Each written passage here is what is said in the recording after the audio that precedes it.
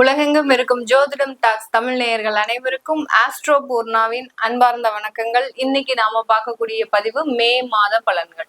இந்த மே மாதத்துல இருக்கக்கூடிய கிரகங்களின் கோச்சார நிலவரங்கள் அப்படின்னு பாக்குறதுக்கு முன்னாடி இந்த மாதத்துல இருக்கக்கூடிய கிரகங்களின் பெயர்ச்சிகள் அப்படின்னு பார்க்கும்போது இந்த மே மாதத்துல ஒரு சிறப்பு வாய்ந்த ஒரு மாதம் தான். ஏன்னா முற்பகுதியில இந்த மே மாதத்துல பாத்தீங்கன்னா சூரியன் உச்சம் பெற்று இருக்கிறார், சுக்கிரன் ஆட்சி பெற்று இருக்கிறார். அடுத்து பாத்தீங்கன்னா பெயர்ச்சிகளும் பாத்தீங்கன்னா செவ்வாய் ஆட்சி பெற்று வரப்போறார். சூரியன் தன்னுடைய உச்ச நிலையிலிருந்து இரண்டாம் இடமான, அதாவது காலபுருஷனுக்கு இரண்டாம் இடமான அந்த ரிஷபராசிக்கு பயிற்சியாக போறார். இதனால இந்த மாதத்துல அடுத்து புதன் ஆகப்பட்டவர் இந்த மாதத்தின் இறுதியில தன்னுடைய சொந்த வீடான அந்த மிதுன ராசிக்கு பயிற்சியாகி போகிறார். அதனால இந்த மாதத்துல அந்த கிரகங்களின் சிறப்பு வாய்ந்த ஒரு பெயர்ச்சிகள் அப்படின்றது இந்த மாதத்துல இருக்கு. இந்த மாதத்துல 12ஆம் தேதி அந்த செவ்வாய் ஆகப்பட்டவர் தன்னுடைய சொந்த வீடான ஆட்சி வீடு அப்படின்னு சொல்லக்கூடிய அந்த மேஷ ராசிக்கு பயிற்சி ஆகிறார். அடுத்து சுக்கிரன் ஆகப்பட்டவர் 14ஆம் தேதி அந்த தன்னுடைய ஆட்சி வீட்டுல இருந்து மிதுன ராசிக்கு குருவோட சேர்க்கை பெற போறார். இரண்டு வருமானத்தை குறிக்கக்கூடிய அந்த குருவும் சுக்கிரனும் சேர்ந்து இந்த மாதத்துல செயல்பட போகுது. அடுத்து 15ஆம் தேதி சூரியனும் புதனும் சேர்ந்து அந்த மேஷ ராசியில இருந்து அந்த ரிஷப ராசிக்கு பயிற்சி ஆகிறார். இதுதான் இந்த மாதத்துல இருக்கக்கூடிய கோச்சார கிரகங்களின் பெயர்ச்சிகள். இந்த பெயர்ச்சிகள் மூலமாக ஒவ்வொரு ராசி என்பர்களுக்கும் என்ன மாதிரியான ஒரு மாற்றத்தை கொடுக்க போகுது, அந்த ராசி என்பர்கள் என்னென்ன விஷயங்கள்ல வளர்ச்சி அடைய போறாங்க அப்படின்றத இந்த பதிவுல நம்ம தெளிவா பார்க்கலாம். இந்த சேனல்ல முதன்முறையா பாக்குறீங்க அப்படின்னா சப்ஸ்கிரைப் பண்ணிக்கோங்க, பெல் பட்டன்ல ஆல் ஆப்ஷன் சூஸ் பண்ணிக்கோங்க.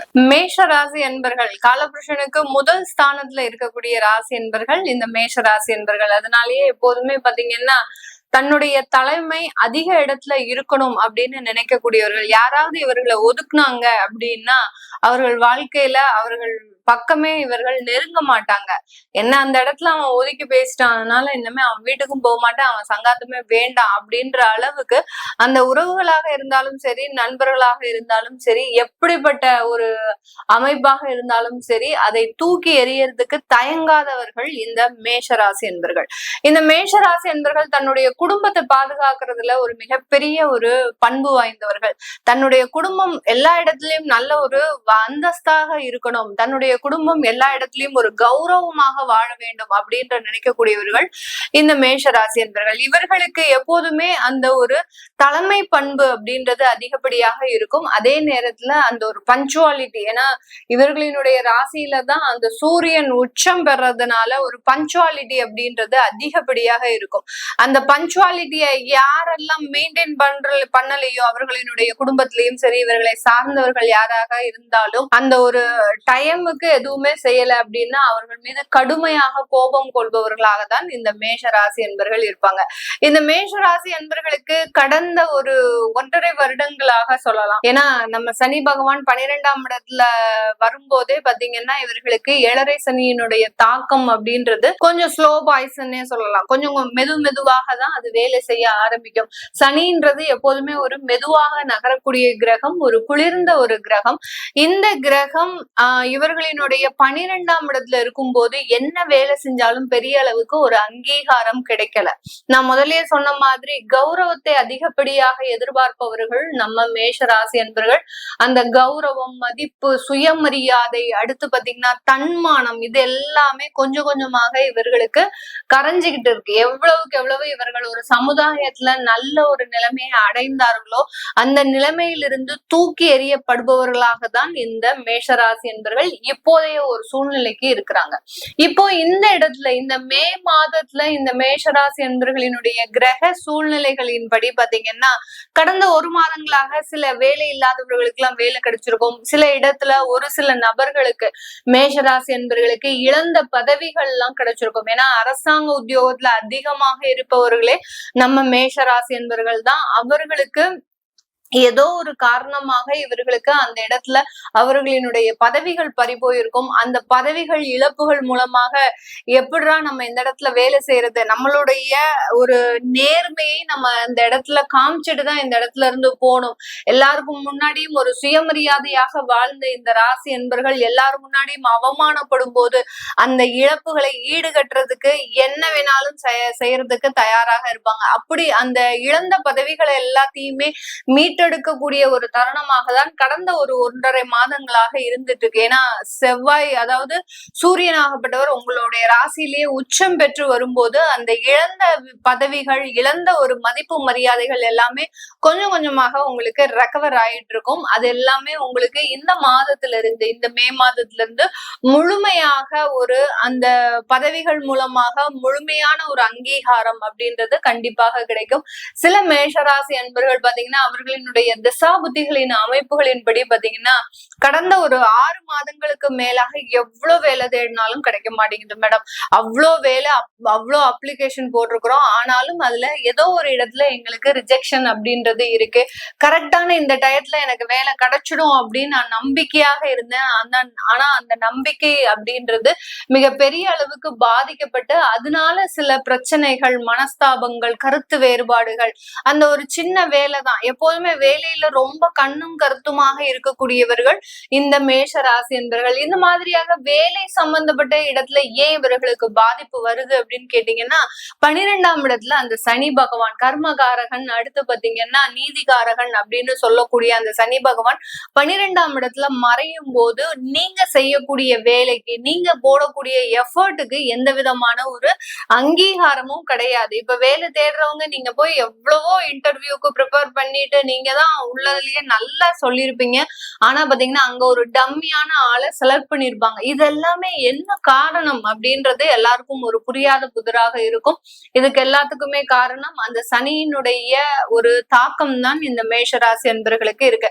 அப்போ எனக்கு இன்னும் அது மேலும் பிரச்சனையை கொடுக்குமா அப்படின்னு கேட்டீங்கன்னா, அடுத்து அந்த சனியை மாத்திரமே நம்ம போக்கஸ் பண்ணிட்டு இருந்தோம் அப்படின்னா அதற்குண்டான ஒரு கருத்துகள் அப்படின்றது மிகப்பெரிய அளவுக்கு உங்களுடைய வாழ்க்கையில பாதிக்கப்படும். அப்போ நீங்க என்ன பண்ணணும், உங்களுடைய தேவைகளை வெளியிடத்தை நோக்கி பயணிக்கும் போது, வேலை கிடைக்கல அப்படின்றவங்களுக்கு இந்த மே மாதம் வரைக்கும் நான் ஒரு 6 மாதமாக வேலை தேடிட்டு இருக்கிறேன், எனக்கு கிடைக்கல அப்படின்ற பட்சத்துல மே மாதத்துல உங்களுக்கு வெளியிடத்துல வேலை கிடைக்கிறதுக்கு, வெளிநாட்டுல வேலை கிடைக்கிறதுக்கு உண்டான ஒரு அமைப்புகள்லாம் இருக்கு. ஏன்னா 12ஆம் இடத்துல இருக்கக்கூடிய அந்த செவ்வாயும் இந்த மாதத்துல உங்களுடைய ராசிக்கு ஆட்சி பெற்று வர்றதுனால கண்டிப்பாக வேலைன்ற ஒரு தருணத்தை நீங்க இடம் பிடிப்பதற்குண்டான ஒரு நேரமாக தான் இருக்கும். அந்த வேலை இழப்புகள்னால அதிகப்படியான அவமானங்கள், சில பேருக்கு பாத்தீங்கன்னா ரொம்ப கௌரவமாகவே வாழ்ந்து இந்த மேஷராசி என்பவர்கள் சின்ன அவமானத்தை கூட அவர்களால தாங்க முடியாது. ஒரு மன வேதனை, என்ன இப்படி சொல்லிட்டாங்க, எனக்கு இப்படி வேலை போயிடுச்சு, நான் இப்படி பாதிக்கப்பட்டு இருக்கிறேன் அப்படின்னு அதையே நினைச்சு தூங்கவே மாட்டாங்க. அந்த அளவிற்கு இந்த மேஷராசி என்பவர்களினுடைய ஒரு தன்மானம் பாதிக்கப்படும் போது அந்த இடத்துல இவர்களினுடைய எஃபர்ட் நிறைய இருக்கும். ஆனா அந்த எஃபர்ட்டுக்கு உண்டான அங்கீகாரம் அப்படின்றது இந்த இடத்துல கிடைக்காம இருக்கு. இது எல்லாமே இந்த மே மாதத்துல உங்களுக்கு முழுமையாக சரியாகக்கூடிய ஒரு தருணம். ஏன்னா உங்களுடைய 3ஆம் இடத்துல குருவும் சுக்கிரனும் சேர்ந்து செயல்பட போறாங்க. அந்த குருவும் சுக்கிரனும் ஆகப்பட்டவர் வெளியிடத்துல நிறைய வருமானங்களையும், வெளியிடத்துல நிறைய அதிகப்படியான ஒரு மதிப்பு மரியாதைகளையும் கொடுக்கக்கூடிய ஒரு தருணமாக இருக்கும்.